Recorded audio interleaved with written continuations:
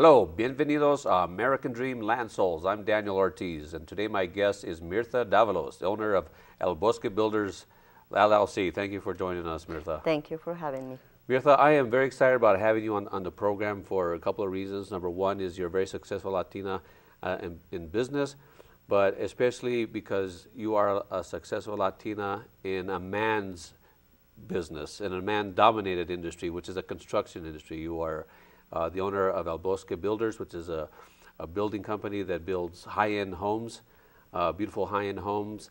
And you don't see a lot of women in the construction industry, so very excited to have you on our program, so welcome. Thank you. So before we begin with the interview, Mirtha, our question is, what is your American dream, and what does it mean to you? Well, my American dream, Daniel, started since I was pretty young. Okay. I'm from Mexico, and as I grew up, I always wanted to come to the United States. I always knew that I was going to leave Mexico at one time of my life. Where in Mexico did you grow up? Near Mexico City, Morelia, Michoacan. So you always, your vision was to come to America. That was your dream at the time? That was my dream. Okay. Yes, that was my dream. My goal was always go to New York City. Okay. Is that because of movie? You saw some movies, or? No, it was just really interesting to me. New York City for different reasons. Okay. I was a mix of people from all over the world. Okay. And all right. very So your exciting. dream has evolved. Correct. All right. All right. So let's talk about El Bosque Builders very briefly. Tell us, what is El Bosque Builders, and what is it that you do? El Bosque Builders, I started my construction company about 15 years ago. Mainly we do everything. Okay. I mean, general construction from. But you specialize in house. high-end homes. I've seen your homes. I've seen your work. Well, but you have seen some of the houses, but I also taken really small jobs from a slab, from a coyote fence, from a wall, installing windows. But my joy is to be able to put a house together. Okay. That's, I guess I shouldn't say it's unusual for a woman, but it's unusual, I think, for a woman to take the step of being in the construction side of that, because you see a lot of women in architecture and in design and some of the softer elements of that business. But you actually took the bull by the horns and got into this construction business. And as a woman, especially a Latina from Mexico, there's some challenges involved with that, and you've shared some of your story before, so I want our audience to hear some of that story. So, but I want to get to close the gap from your young girl. You wanted to come to the U.S., to New York City, and what changed, and how did you get here? Well, actually, when I left Mexico, I went to California. And while I was in California for a really short period of time. Now, you went to school in Mexico. I went to school in Mexico, business administration of tourism. Okay. I did go to school in Mexico, and then I moved to California. And while I was in California, I met someone there, and I came to get, this is the man, it was my husband. Okay. And then he was a local man from here who owned a construction company, and I moved to Santa Fe shortly after being in California. You got into the construction business through your husband. Well, no, sure, kind of. He owned a construction company, but then I thought, by just observing and seeing how the business was running, and I knew I can do it, the same thing. So this is a Latino man in the construction business. Was he supportive of you joining him in the business? Yes, he was. Okay. Yes, he was at the beginning, yes. Okay. Yes. And then I just got myself ready to get my license. And it was really difficult. It was really tough to break into the men's Latino men here in New Mexico. It was really tough. So it was not easy. Are Latinos from New Mexico different from California or Texas or Well, Mexico? I wasn't dealing with that field in California. I wasn't doing that. You weren't in the industry, so you wouldn't have No, that I was comparison. not. So when I came I guess what here, I'm getting to is, there you think there's a machismo in Hispanic men? Correct. Is it just really locally strong, or national? really strong, really strong Okay. here, especially with the local Latino men from here. Okay. So you had to overcome that. Correct. Okay. And obviously you found a way to do that, and we'll go back to that. So your American dream, what is it now? I mean, you're obviously not in New York, and but you're in the construction business. You build beautiful homes. So what is your dream right now? My dream right now is just to continue of doing what I love doing, which is building houses, serving people, serving my community, especially the community of New Mexico, Santa Fe. I always think that when I came to Santa Fe, people took me really well. They opened their arms to me, and I always think that I have a lot more to give to this community. Okay, all right. So you want to continue in the business, and your homes are beautiful homes. I know you do a little bit of everything, but realistically, I've seen your photos. I mean, it's fantastic work, and you do some amazing customized homes. And so, what are the challenges as a Latina in not specifically in the construction business, but in business in general? What some of the challenges that you have? Well, the most challenges that I faced, it was of course being Mexican and being married to a builder, and then enter into that field, onto the men's world, and just basically dealing with men. Okay. Dealing with men, it was the biggest challenge. And give us some examples. What kind of challenges have you had? Well, for instance, now is this as men or men in the construction business? Well, I'm talking on the construction business. Okay. Yeah. It's a pretty macho, industry. Yeah. For instance, on the first years of my career, it was very difficult for men to realize that I was their boss, that I was there on the construction. Workers? Yes, my subcontractors, my workers. That it was really tough for them to understand and realize that this is this woman here trying to tell us what to do. Well, yes, and with the years, it took a long time to earn, I guess, their respect, and for them to know that I did have the knowledge of what I was doing, and just, little by little, I have now great relationship with all of these men. Okay, all right. So did you have to get rid of any men? I think you had one example we discussed earlier. Yes, I have to let go of several people at the beginning of my career, yes. Because they were just not accepting the fact that I was a female telling them what to do. Okay. They thought I didn't know what I was talking about, that it was difficult for them to get orders from a female. All right. Yes. And how did you overcome that? Did they change, or did you change, or what? I didn't change. I didn't change. I consider myself a giver. I love people. I love every race, every level of people, whether you have money or not. To me, you're a human being, and I treat everybody with respect. I didn't change. I think they're the ones who knew I was up there, and they knew the way I think. They knew the way I like to treat people. And do you think being a woman, you treat the men differently than other, male owners? Yes. Okay. So you do treat them a little bit differently? Yes, I think it's a difference, yes, of the way women treat men. Then, yeah, of course, I think anything that's helpful? More respectful, kindness, also letting the men know that I'm not up there to take their place or the job. We all have our place on on the roles, yes. Okay. And has that helped you with your clients, also being a woman, or has that hurt you? How does that impact, or is it neutral? No, I think it has worked perfectly. I think every couple that I have built a house for, it's just been a wonderful experience because they identify with me. Well, they say that women make the decisions around the home, right? And they make decisions. Correct. And so being a woman has helped you then? Yes. Okay. Yes, it has helped me. Tell us about that. Well, it helps me on the way that women feel more comfortable to where I'm starting a project and I invite them to go to my suppliers, and so as the husbands feel better, they don't feel they have to be there with the wives dealing with a male contractor.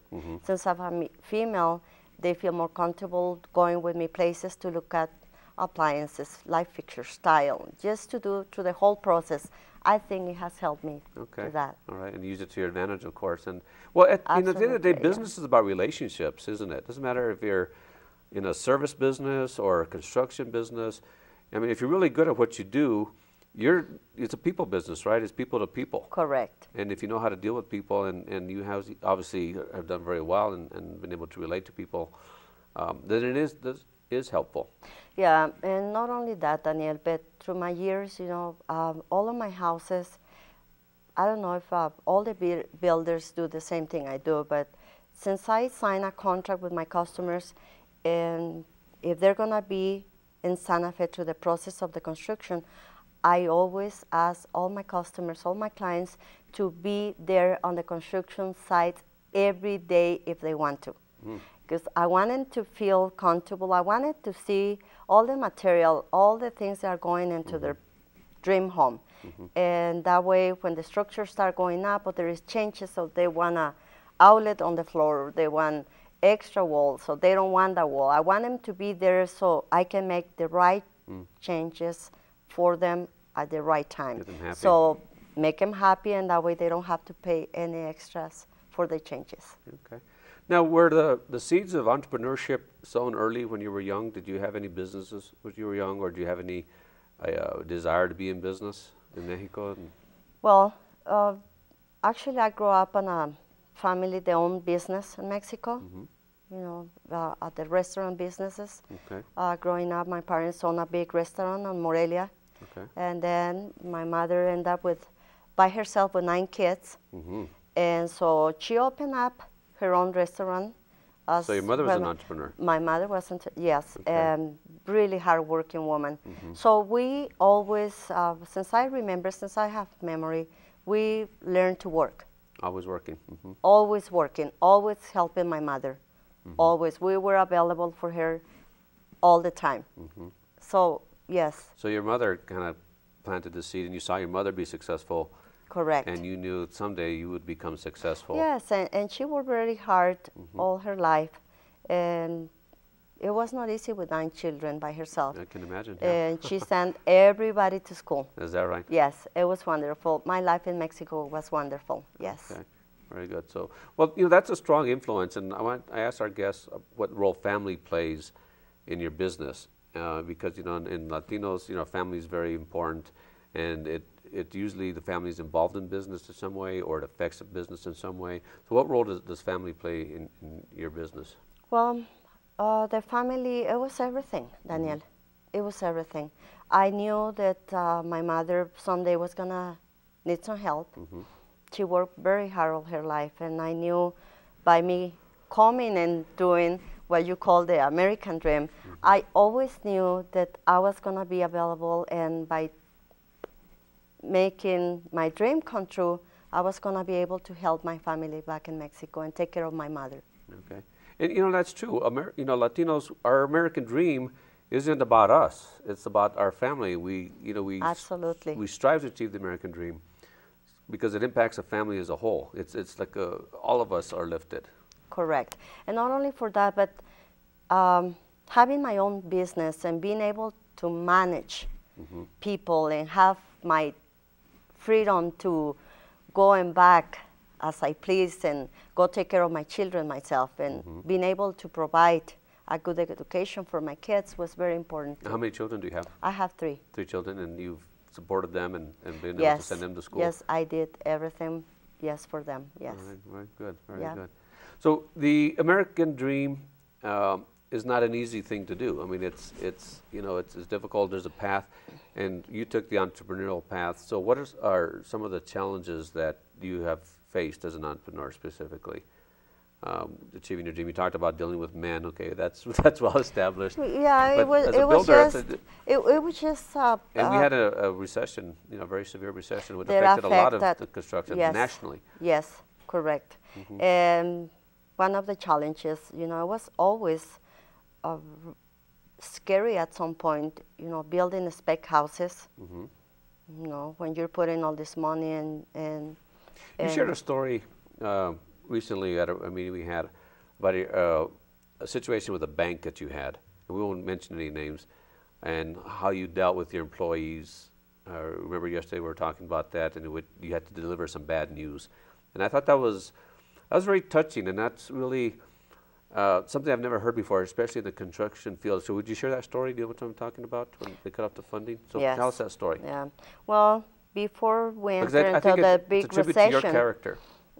Before we enter into the recession, I knew, because one of the presidents of one of the banks that I was dealing with, you know, I had several properties, several houses all over the place. And So you borrow money, or they give you a line of credit to build these? correct. Okay, so I want our audience to know the context. So Yes. you rely on the banks to provide the funding as you go to build these homes. Correct. You have So several projects going on? I had always several projects, and as the years went by, 2007, 2008, I knew that I wasn't selling my houses the way I was doing before, prior years. So one of the bankers called me one day, and he says, Mirtha, you know, you have several houses on the market. You better start thinking of renting those properties, because we're going to be hitting hard times. I didn't know at that time how hard it was coming for everybody. So But you were making your payments. And I was everything making fine. my payments. Everything was fine. Everything was fine until weren't I doing got nothing to. wrong. No, absolutely not. And the people that I had working for me has been the same subcontractors, the same guys that I had with me since I started my construction business. So they're been part of my life, part of my kids, part of my family, because I took care of them and they took care of me. And so when the recession started, I was building this really huge house that I always had on my dreams to build. It was an amazing land, piece of property, and so the banks told me to continue building. And as the construction went by, I didn't get any money from the bank until one day I received the call that there was not going to be more money available for me. Out of the blue, just Out of the blue. Well, I When have they had- all my guys working. when they had told you before everything was fine. Everything was fine. And I draws had are a- money that you take out when you need to buy equipment and pay Well, payroll and so forth. basically to pay all the subcontractors that work, the suppliers, everybody. Okay. So it's like a line of credit. Correct. So then one day I received the call, there was no money available for me. It was devastating. I have to leave the construction site at that point, because I didn't know what I was going to do, because my main concern at that point, it was all the men that were there working for me for years, and they trusted me all of these years. So these men are depending on you. Men are depending on you, a Latina woman. Correct. For their And livelihoods. not only the men, and I knew that they have families, just like everybody else.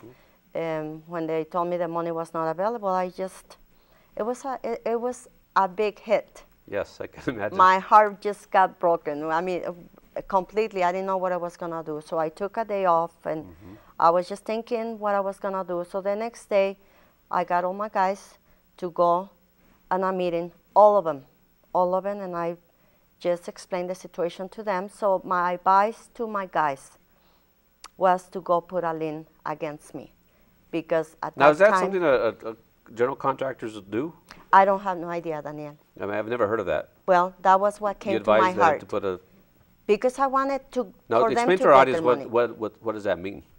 Well, it is to go put a lien on the property. Is just that they have money invested on that property, and eventually the bank was going to sell the property. So if They the property will- sells, and they- they can and they get their paid money. at the end of the day. Correct. Okay. So What about your equity? Didn't you have any equity in that? I didn't care at that point, Daniel. I just wanted to protect my employees. So you didn't... Did you file your own lien? No, So you... No. What your employees did? my employees did, and that was the only way that I can think of to protect all of these people that had trusted me through the years. So what is the result of that situation now with your employees? Well, we're still in a recession. It's still really difficult to get jobs, of course. And Well, these employees, all are of they still these- with you? All of these people are still with me, Daniel, until this day. And what I have talked to them at that point, and when things got really tough, is we were a big family. So I knew we all, and a lot of these men depended on me to make a living. So what I talk to them about is that if I became and lucky to get a job, I was gonna switch 1 week. I will give work to some of them, the next week to another ones. So everybody has a little coming, a little income coming. So you took care of your workers. Correct. You And think they that's a take mother care of instinct me. or Latina instinct or just a Mirtha instinct? I mean, because that's unheard of in the construction industry. It's a very cutthroat. I think that's, I don't know about other people again, Daniel. Because all the other contractors, of course, are most of them are men. And for me, that's just who I am. I like to take care of people. I like to help. If I have something and I can give and provide for someone, I will do it. Okay. Well, And until this day, there is nothing that I will need that my guys won't come and do for me. is that right? Yes. It's the loyalty. Yes, very much so. All right. Yes. So how's business now? It's really good. It's, Well, I won't say it's like on 2006, Right. 2008, but it's little by little. I'm still surviving. Okay. Well, we had a meeting with one of the Builders Association with the president, and he made a comment that you were probably the only one in the area that's actually busy now. Oh, well, that was a very nice comment. I don't know about other builders, but I've been lucky, and I think it's because all the customers, all the people that I have built houses through the years, they keep me busy. They always know someone who needs something. I'm going to challenge you on that luck part because there's part of luck involved, but I think entrepreneurs make their own luck, right? And maybe you're being a little bit modest. So how have you created your own luck? My own luck, being kind to others. Okay, being kind to others. Okay, That's what I think, Daniel. When you so, give, and is that you a always business receive. principle? That because they don't teach that in business school. You don't get an MBA in being kind to people. And no. In fact, it's quite the opposite. It's kind of be ruthless and bottom line and numbers. And we see a lot of large industries. They just slash payroll, and you're kind of doing the opposite. I have been, yes, and a lot of people, many times, Daniel, through my career, they have said, don't trust. Don't give your people more, because the most you give, the most they want. But it has worked for me. The more I give, the more they give me back. So that's been very good experience for me. Very Yes. good. Okay, in the minute we have left, Mirtha, tell us, what advice would you give anybody watching the program, maybe some young Latina or Latino wants to get in the business, or maybe in the construction business or build homes or any kind of business? What advice would you give to them? I'd say just to go for what your feelings are. If you think on your heart that you can do something, go for it. It's not easy. Nothing is easy on this life, Daniel. And just be strong enough to set up your mind to where you can do it, and you eventually will be successful on what you want to do on life. Well, it's worked for you, certainly. And Yes. in a very tough industry, in a very tough situation, you've done some beautiful work, and we wish you much success, and we thank you for sharing your story. Thank you, Daniel. It was a pleasure having me. Same here. Thank you. And I'd like to thank our audience for joining us on this version of American Dream Latin Souls. Be sure to visit us online at latinosuccess.com.